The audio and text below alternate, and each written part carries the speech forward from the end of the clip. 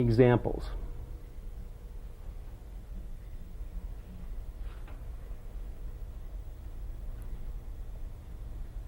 I don't know that I can come up with specific examples, Bob, but I do know that there have been cases where we have provided babysitting with programs, or we have encouraged youngsters to come with parents to certain types of programs specifically aimed at single mothers. So that's about as close as I can come to an example on that, I think. Okay, thank you. Any other comments? Right, here's another good question. I must admit, those of you that are calling in questions are doing an excellent job. Here's one who wants the panel to react to this statement. Isn't part of our problem in understanding diversity because Iowa has such a homogeneous cultural heritage compared to the diverse cultures on the east and west coast?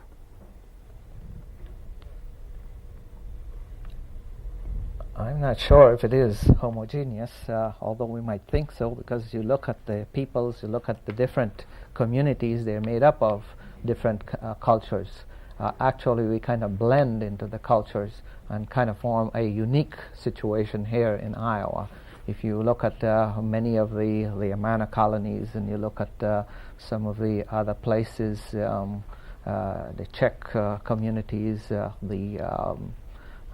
you've got the Dutch communities and all of that. They have their activities, but actually I think that we have a kind of a unique situation, yet some of us maintain that culture from our homeland. Good point. And also, based on some of the numbers that we heard about earlier, this change is going to occur rapidly in the next 20 years, so we need to be ready for that. I'm interested. Our church, like many other churches in Iowa, sponsored a Vietnamese family several years ago. I'm taken by the blending that you're talking about. I'm taken by the fact that those youngsters who were, I think, 4, 6, and 8 when they came, are now in their teen years. And if you close your eyes and listen to them, they don't sound any different than any other kids in our church. And you stand back at a distance and look at them, and they look much the same. And so there is that blending. But I think there is a culture there that I think a lot of us have benefited from that contact. Okay, good point. Another question here for the panel in general. Becoming a multicultural operation is not a one-step process. How can we make a monocultural organization change?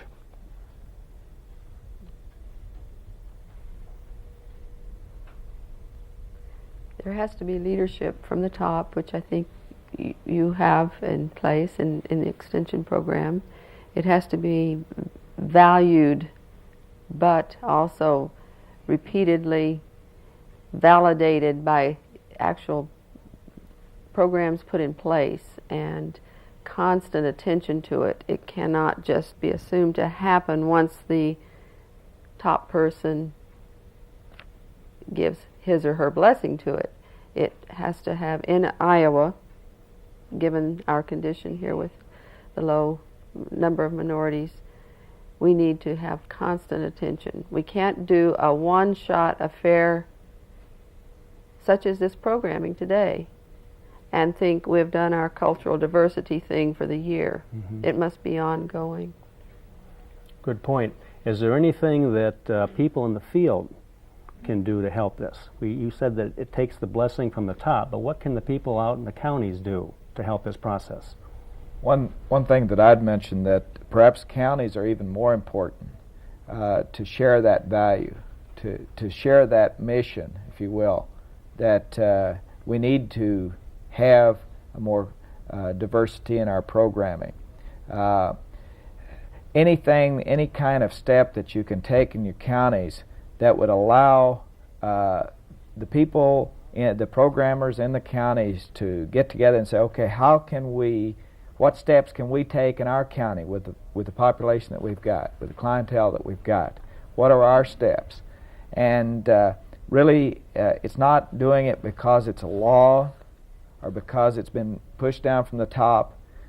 The most important step is really believing that it's necessary, it's the right thing to do.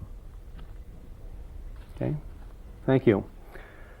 Another question here that is for the panel in general is, wants to know how much should I reinforce differences versus sameness, among subordinates without being offensive.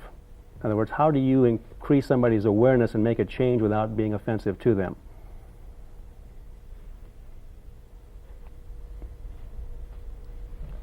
I'm not sure if we do need to make a change. I think at most times we can probably modify the situation. We could probably alert them to certain things by our programming without making any drastic change, because not too many people like changes. And I think that we can probably slowly, in a transitional period, try to focus our attention to different aspects of the cultures and the different programs and so on. One thing I'd like to mention on this, and maybe it doesn't relate, but I remember in my history classes learning about one of the strengths of America was the melting pot, the bringing together. I think one thing we need to be real careful of is something that has happened is that we tried to melt everyone into one recipe. And we left out a lot of ingredients. We excluded them from our recipe, and now by law or by a new direction, we're trying to include these ingredients. Well, those ingredients have the opportunity to add to our society, and not just come up with the same old recipe all the time. And I think when we're talking about blending together, I think we need to be careful, and we've seen a change in this, that we don't want to rob people of their cultures, their traditions, their values. I think what we want to do is to become informed, understanding, appreciate, tolerant, sensitive.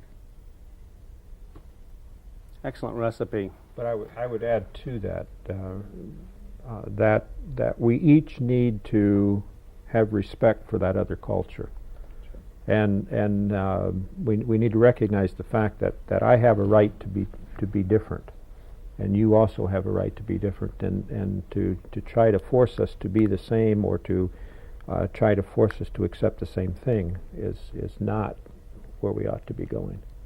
So that difference is to be treasured as much as it is to be pointed out or to be belittled. Any other comments? Another question is, I live in this is the question that came in from one of the counties. I live in a very conservative county. Where should I start to increase their sensitivity to other cultures? I think in a case like that, you have to start with the people themselves. That's the only way to begin to create an awareness of diversity if there has been no contact outside. So you begin where the people are, looking at themselves at their own heritage and the diversity within their own family. And again, we have to take into account age and socioeconomic status differences, likeness and differences. Creating that awareness in the microcosm, then gradually expanding it out to the larger area. But you can only start with the people themselves. Well, what happens when you start with those people and you meet a lot of resistance? What recourse should a person do then? Mm-hmm. Then you remind them of their roots. Where did they come from? Tracing back roots shows that, in fact, we do have a diverse background. It's just not recognized. Pushing that boundary to admit that there is diversity. Okay, thank you. Here's another question that comes up oftentimes when you're dealing with cultural diversity, is when does the setting of racial and religious sensitivities become reverse discrimination toward the majority, and how can this problem be avoided? I think since the religion and state doesn't mix very well here in this culture, I think if we attempt to get into any religious activities in a public meeting, we're always on somebody's bad side. So it's probably best to stay away from the religious activities. And when we talk in general about cultures, about peoples of the world, migration, and all of those things. Because once as you attempt to do something on a religious activity, you're going to always find that somebody is on the other side.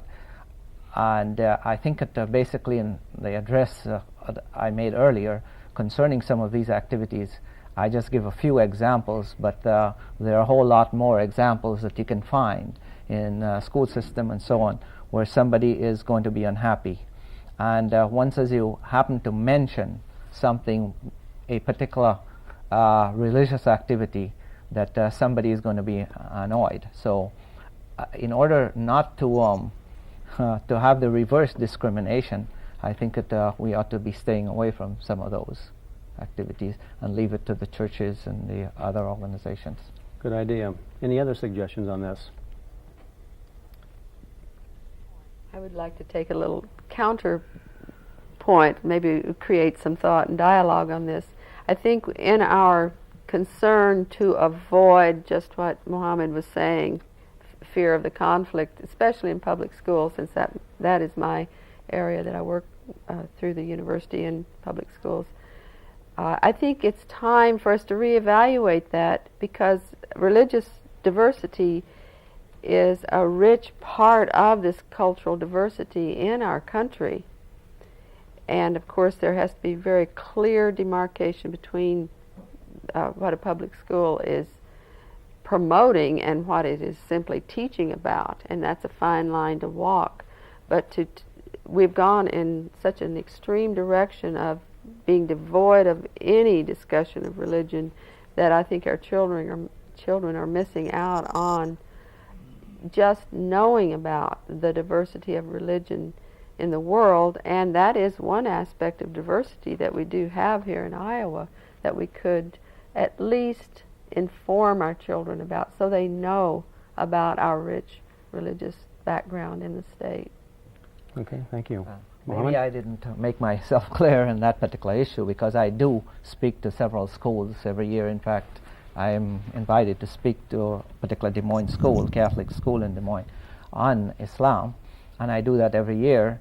And they do cover many of the religions, especially the major religions of the world, which is part of the history, part of the cultures of the world, and so on. But what I meant to say is staying away from focusing on one religious activity. Like if you are going to talk about Hanukkah in the school system, then you better be prepared to talk about the Holi for the Hindus, or the Eid al-Fitr for the Muslims, or you're going to be talking about Christmas holiday. You better be prepared, because you're going to have a diverse group in your class. So don't pinpoint, and this is the problem in the school systems, where they pinpoint on one or two talking on the places. So you have to be wide. But about religions itself, or religious groups or cultures, it should be taught, because so that we can be aware of what the other cultures are and so on. Thank you. We have more questions than we have time, but I'd like to try to get a couple more in before our time is up. Here's one that came in from the counties, is if you want to satisfy the client and respect the client also, but the client doesn't want diversity, what do you do? I guess the first thing I would ask is, how do you know the client doesn't want diversity? I think we create in our own minds maybe some of the problems that we come in contact with. I think it's real important for us to make sure that we represent what our clients feel and not what we think they feel. I think we need to make sure that is a true concern. Okay, good point. I would raise the question with that client, if he's so sure that he represents everybody's view. And if he is opposed to diverse diverse opinions, then obviously he represents everybody's view, and I doubt that that's the case. And so I think that the way to proceed there is to get that person to understand that others respect his view. There is Dr. Anderson speaks in terms of the golden rule. The golden rule says that you respect me, I have to respect you. And I think that's the pattern that needs to be followed there. That's oftentimes difficult to do, though, when you have somebody that resists wanting to Sure. be aware of those differences. Nobody ever told us our job was going to be easy. No, they didn't. We have time for one more question, and I'd like the panel to react to this one. Can any of you cite some examples of where there's been unique leadership capabilities within minority groups in Iowa and the work that you have done with people? Can you give us some unique examples? I'd Mohammed? like to, actually, as a horticulturist, I feel that the only culture is horticulture. So,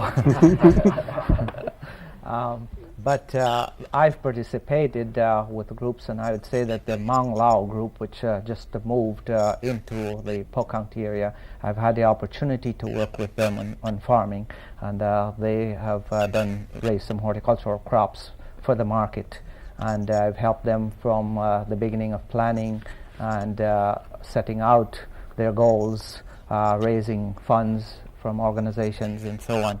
And I think that was a very unique situation because it got them involved together for programs as well as working together as a unit, and also see what the system, how the system works, capitalism for instance, and how one could establish a business of their own. And I think I was very fortunate to work in this particular group with these people. Okay. A number of years ago, the staff in Mahaska County, I can only talk about my own area to any great extent, but the staff in Mahaska County did work with the Vietnamese families coming in. They had some unique artwork, needlework that they were doing, helped to get them to the point that they are commercially distributing that at this point. We've done considerable work with Amish, both in the Kelowna area and Davis County area. And those are unique cultures, unique situations to deal with. So I think there are a lot of opportunities to do these things. Okay, thank you. I'm sorry we didn't have more time to expound on that question. We also didn't have time to answer all the questions that were phoned in, but our time is up now, and I'd like to thank our panelists, Theresa McCormick, Richard Carter, Mohammed Khan, and Bill Lindstrom. Thank you for those of you that participated either in our audience or in the counties, and I appreciate your time this morning. Thank you. I'm Bob Tverdik.